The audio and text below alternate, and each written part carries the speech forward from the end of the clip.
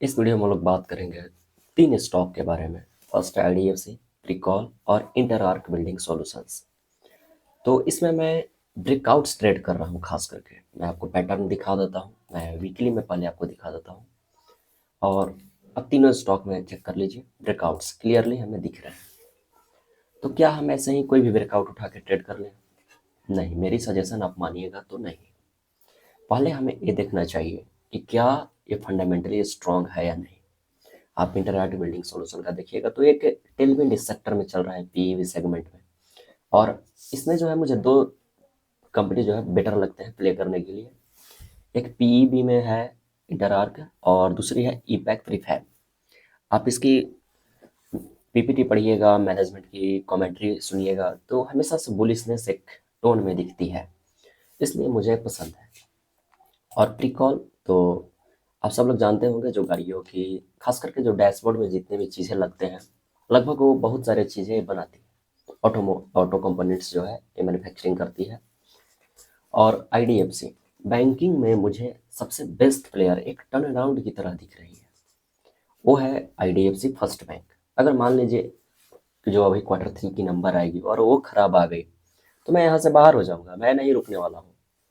और इसको स्टडी करने के पहले मैं आपको थोड़ा सा अपने पोर्टफोलियो में मेरे सारे स्टॉक्स हैं, तो मैं आपको सजेस्ट यही करूँगा कि आप मेरे कहने पे ना खरीदें ना बेचें। मैं आपको दिखा सकता हूँ मेरे पास कौन कौन से स्टॉक्स हैं। आईडीएफसी है, इंटरआर्क और प्रीकॉल, तीनों लगभग मेरे पास अवेलेबल है। तो चलिए मैं पहला लेता हूँ आईडीएफसी फर्स्ट बैंक को। तो पहले हमें देखना है मंथली चार्ट। और एक चीज़ आप हमेशा एक्सपीरियंस करिएगा, जब भी किसी स्टॉक का फंडामेंटल ठीक होने लगे। बहुत लोग होते हैं केवल फंडामेंटल देखते हैं और इन्वेस्ट कर देते हैं उसी टाइम। जैसे देखिए, फंडामेंटल तो यहाँ भी ठीक हो सकता है इस प्राइस पे भी, लेकिन हमें टेक्निकल का एक अप्रूवमेंट चाहिए, अप्रूवल चाहिए कि क्या हो रहा है स्टॉक में। तो जब भी मैं किसी स्टॉक में मंथली और वीकली जीरो के पास देखता हूँ एमएससीडी, और जीरो के आसपास आके ट्रेड करने लगे स्टॉक एमएससीडी में, तब मैं यहाँ से अब इन्वेस्ट करने की प्लानिंग शुरू करता हूँ। मैंने पहली बार इन्वेस्टमेंट यहाँ की थी, लगभग 70 या 71 की प्राइस पे मैंने इन्वेस्टमेंट की।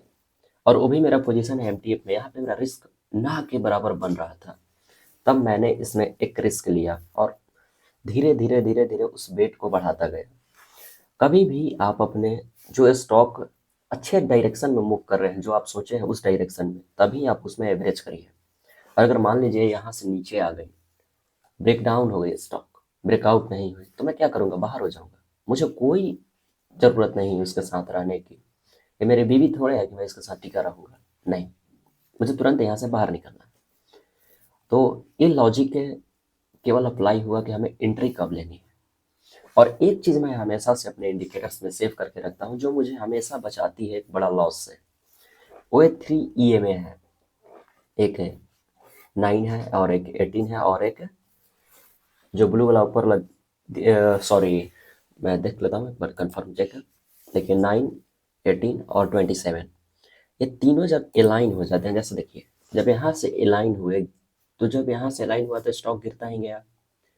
तब तक तो मैं इसमें बैठ नहीं सकता था, मैं फंडामेंटली भी जानता था कि एसेट क्वालिटी में दिक्कत आ रही है, इंटरेस्ट रेट साइकिल ऊपर चढ़ रही थी। तो हम क्यों ना इससे बाहर निकले, जब हमें टेक्निकली भी दिखाई दे दिया कि नहीं अब इसमें रुकना सही नहीं है।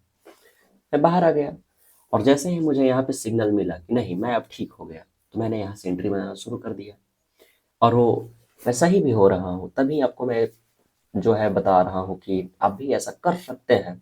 ये नहीं कि मेरी ही कोई एक तरीका है जिससे आप पैसे बना सकते हैं स्टॉक मार्केट में। बहुत सारे तरीके हैं, लेकिन मुझे सेफेस्ट वे दिखता है पैसा बनाने की। और मैं एंट्री लेता हूँ डेली में, हमेशा डेली में एंट्री लीजिए। जब भी प्राइस ए जो है हरा वाला हमारा जो ईएमए दिख रहा है, इसके प्राइस ऊपर हो या आस पास हो, जैसे ट्रेड कर रहा है, और एमएससीडी जीरो के पास हो, तब हमें यहाँ पे इन्वेस्ट करना चाहिए। तब आपको रिस्क जो है कम दिखेगा, आप हमेशा रिस्क रिवार्ड जो है आपके फेवरेबल होगा और आप इन्वेस्ट करके एक बड़ा पैसा बना सकते हैं। ये मेरा जो है तरीका था आईडीएफसी में। और जब तक मैं जैसे लेवरेज यूज़ करता हूँ, तो जब तक ये जो है, जैसे देखिए ये सिग्नल है, जैसे यहाँ से शुरू हुआ डेली में, ये में जो है मेरा क्रॉस ओवर दिया, तो मैंने यहाँ पे ट्रेड नहीं किया क्योंकि मुझे वीकली कंफर्मेशन चाहिए। जब वीकली कंफर्मेशन यहाँ हुई तब मैंने यहाँ पे पोजीशन बिल्ड करना शुरू कर दिया, और मैं तब तक इस स्टॉक में बना रहूँगा लेवरेज में जब तक ये पूरा स्टॉक बेरिश ना हो, जैसे क्रॉस ओवर ना दे दे डेली में। अगर जैसे ही ये देगा, चाहे उसकी फंडामेंटल कुछ भी हो, मैं लेवरेज में हूँ। अगर भाई 20% गिरा आईडीएफसी, मैं जीरो हो जाऊंगा, तो मुझे थोड़ा सा सावधान रहना पड़ता है हमेशा से। और जब भी किसी स्टॉक में इस टाइप का स्ट्रक्चर बने एमएससीडी में, खास करके आप एमएससीडी को हमेशा ध्यान रखिएगा, जिससे मैं बोलता हूँ टपका। और अगर जीरो पे आके एक टपक कर और वापस जाए, तब हमें एक बड़ा मूव मिलने की संभावना होती है। तो ये था हमारा आईडीएफसी का इन्वेस्टमेंट करने का प्रोसेस, और मैं कब बाहर निकलूंगा आपको अपडेट कर दूंगा ट्विटर पे। अगर मुझे आप फॉलो नहीं करते तो आप जाके फॉलो कर सकते हैं, आपको हमेशा मैं जो भी करता हूँ वहाँ पे अपलोड कर देता हूँ। सेकंड है हमारा प्री कॉल। सेम लॉजिक यहाँ भी, अगर किसी भी स्टॉक में एमएससीडी जीरो के ऊपर हो या जीरो के आसपास हो और हमें टपका की गुंजाइश मिल रही है, चाहे वीकली में या डेली में, तब मैं यहाँ से इन्वेस्ट करना शुरू करता हूँ। और एक चीज़ इसमें क्या है कि यहाँ पे मुझे ब्रेकआउट भी दिख रहा है, क्लियरली ब्रेकआउट।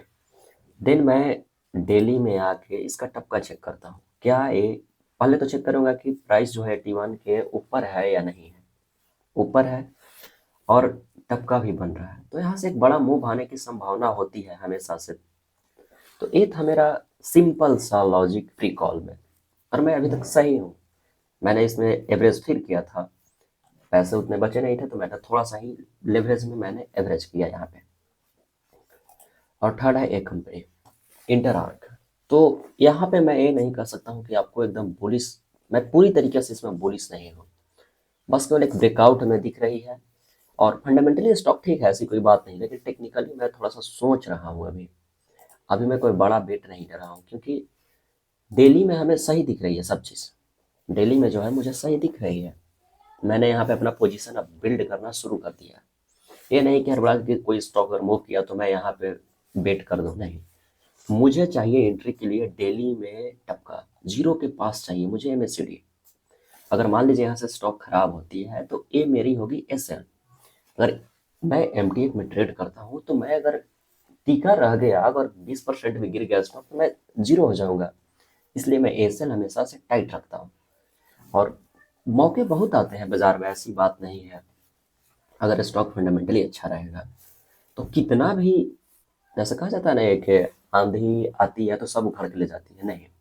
सेम उसी तरीके से स्टॉक मार्केट है। अगर आंधी आती है, अगर मान लीजिए जो स्टॉक करेक्ट हो रहे हैं, जिनकी फंडामेंटल खराब हो ज़्यादा होंगे, जिनके फंडामेंटल अच्छे हो कम होंगे। और मुझे मौका मिलता है इसी, जो गिरावट होती है इसी टाइप की गिरावट में मुझे मौका मिलता है, और मैं इन्वेस्ट करके सिंपली पैसा बनाता हूँ। और कोई लॉजिक नहीं, कोई दिमाग नहीं, बस आप इन्वेस्ट करिए और पैसा बनाइए। मिलेंगे अगले वीडियो में।